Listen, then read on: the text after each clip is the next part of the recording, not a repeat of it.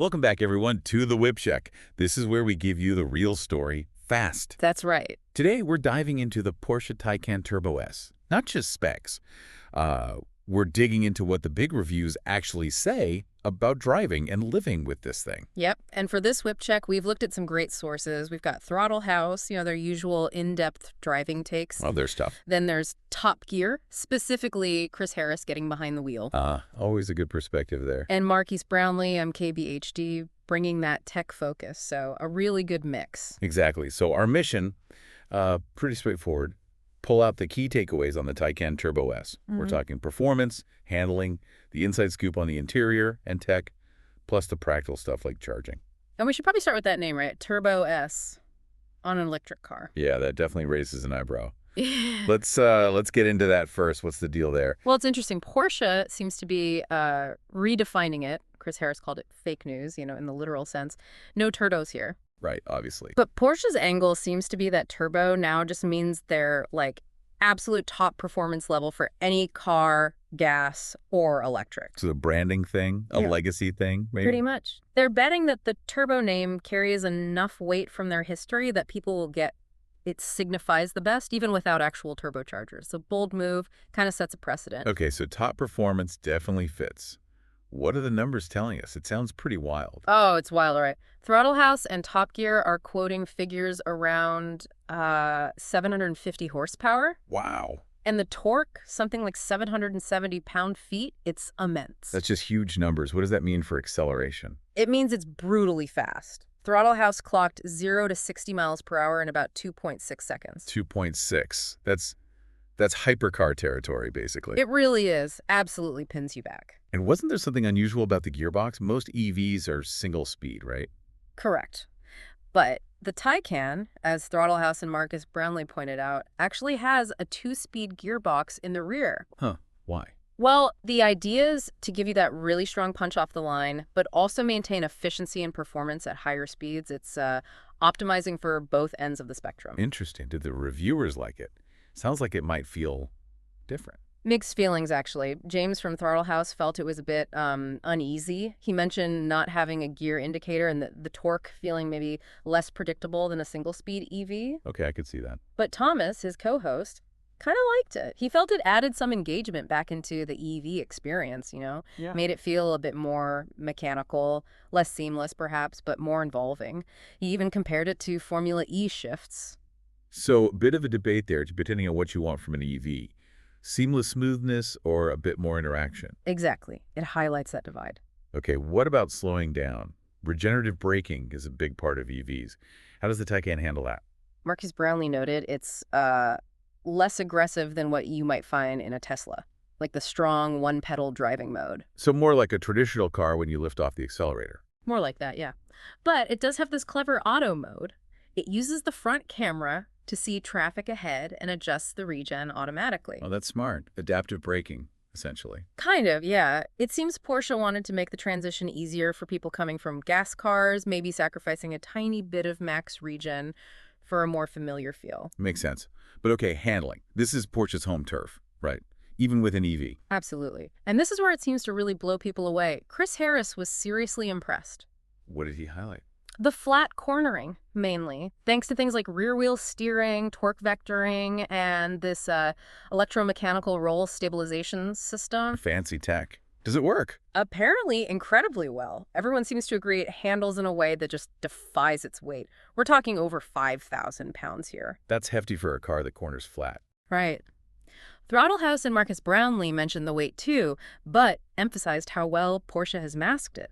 They, and Chris Harris, kind of contrasted it with Tesla, suggesting Porsche's chassis tuning is, well, maybe a step ahead right now in terms of pure handling dynamics. So the Porsche DNA is definitely there in the corners. Seems like it. Torque vectoring, shuffling power between wheels really helps rotate the car. What about the steering feel itself, though? Is it classic Porsche? That's maybe one slight caveat. Throttle House said it's very accurate, very precise. You point it, it goes. But maybe lacking that last bit of tactile feedback, that intimate connection you get in, say, a 911. Ah, okay. So precise, but maybe a little numb compared to their best sports cars. That seems to be the consensus. It does the job brilliantly, but maybe doesn't talk to you quite as much. It's that balance between refinement and raw feel. Gotcha. And you can adjust the car's character. Right. Driving modes? Yep. Marcus Brownlee detailed those. You've got range, normal, sport, and sport plus. Standard Porsche stuff. What do they change? The usual suspects: suspension stiffness, throttle response, steering weight, and also this electric sport sound. Ah, yes, the synthesized sound. What's the verdict on that? Love it or hate it? Another split decision. Thomas at Throttle House thought it was pretty cool, kind of futuristic, spaceship-like. He argued EVs need some sound for enthusiasts. Okay. But James wasn't so keen. Found it a bit artificial. Yeah, it's always controversial, isn't it? Adding fake noise. It is. But it shows Porsche is thinking about that emotional, auditory connection people have with performance cars. True. Okay, let's step inside. What's the cabin like? We hear good things. Very good things, mostly. Mark Brownlee, especially, contrasted it favorably with Tesla interiors. Much higher quality materials, better fit and finish generally. That's often the case with traditional luxury brands going electric. Right. And lots of customization options, including, interestingly, a full vegan interior choice. Nice touch. What about comfort and space? Seats are apparently excellent, very comfortable, lots of adjustment, even in the back, according to Throttle House and Marquis. And quiet. Very refined, yeah. Throttle House mentioned the double-glazed windows helping keep wind noise way down. Feels premium, insulated. Sounds luxurious. What about the tech interface? Lots of screens, I assume. Oh yeah, screens everywhere. Marquis described the big curved one behind the steering wheel. Oh, that's cool. Side touch controls, a central touch screen with haptic feedback so it clicks when you press it. Haptics are good. Makes it easier to use without looking. Definitely. And thankfully, they kept some physical buttons for key things, driver profiles, power button stuff you use often. It's a decent blend, seems like. Good balance. Any other neat tech features? Marquis pointed out a few. Controllable ambient lighting, which is always nice. Powered USB-C ports, a wireless phone charger tucked away neatly. Hidden away. Yeah, keeps it clean. And Apple CarPlay, of course. Standard fare these days. Any complaints about the tech? Throttle House had a slight niggle with the main gauge cluster. Oh, what was that? They just missed having the outside temperature and the time always visible. You have to configure it to show them, apparently. Small thing, but potentially annoying day to day. Yeah, those little usability things matter. Yeah. Anything else inside? Marquis mentioned the panoramic glass roof adds a surprising amount of headroom, which is good. Always a bonus. And a fun little detail. The backup camera has its own washer jet to keep it clean. Huh. That's actually brilliant. Okay, let's talk electrons. Range and charging, the crucial EV stuff. What's the story? Right. Range seems to be somewhere between 190 and 250 miles in the real world, based on the reviews. Depends heavily on how you drive it, obviously. So maybe not class-leading compared to some Teslas. Probably not, no.